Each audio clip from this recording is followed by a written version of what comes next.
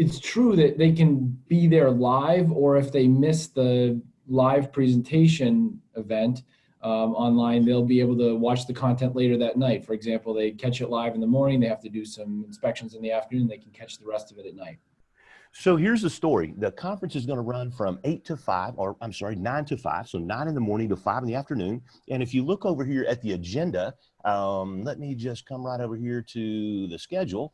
You'll see that we have lunch breaks and we have coffee breaks and everything. So you can run out and make a phone call. You can see we have breaks and we take lunch. And go that way. And that is set up for the same way. So after the event is over, all of the event will be recorded live.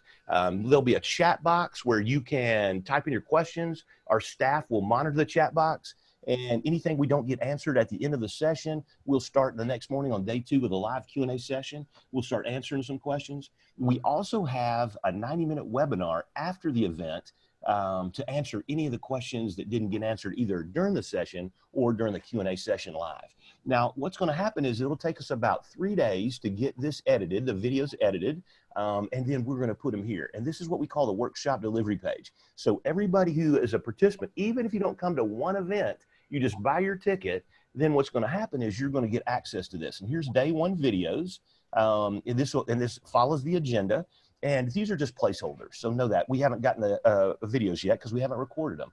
They're going to be done live. So this will be where the video is. This will be an overview of the presentation, what you can expect about the speaker, frequently asked questions, and any resources that we mention during the event will be right here for you. So if we mention a website or some service that we know that we use that would be helpful to you as well, they'll be right here under the resources tab. So if you have to do inspections during the whole time, don't worry about it. You know what happens is you'll have this in a few days after the event and you can watch it at your convenience. And you basically have 12 months of access to this at no additional cost.